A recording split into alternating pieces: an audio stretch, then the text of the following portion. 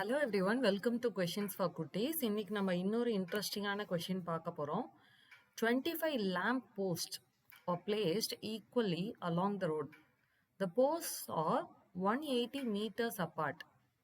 அதாவது ஒரு ஒரு ரெண்டு போஸ்ட்டுக்கு நடுவில் உள்ள டிஸ்டன்ஸ் வந்து 180 meters apart அப்படின்னு சொல்றாங்க. What is the difference between the first and the last lamp post in kilometersல கேட்குறாங்க. இது கொடுத்தது வந்து மீட்டர்ஸ்ல, பட் ஆன்சர் கேட்டது வந்து கிலோமீட்டர்ஸ்ல. இப்போ நம்ம முக்கியமான ஒரு விஷயம் பார்க்கணும்.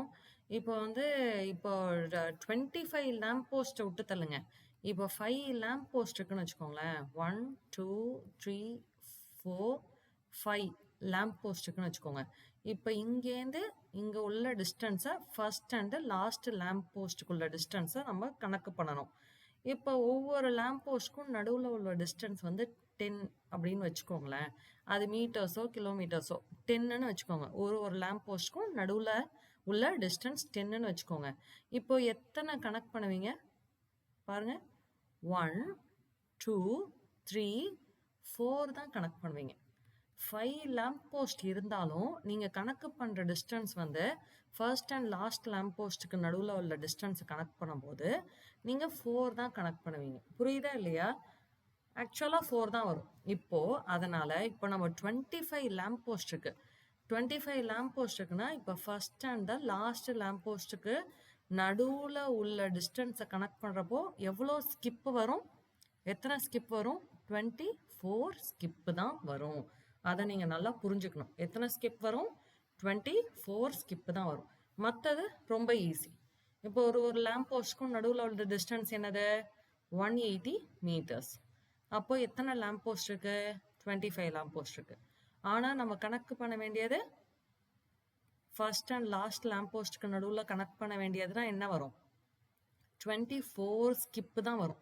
அதனால நம்ம என்ன பண்ணணும்? 24 into 180 அதான் கணக்கு பண்ணணும். ஓகே இல்லையா? கணக்கு பண்ணுறப்போ உங்களுக்கு என்ன வருது?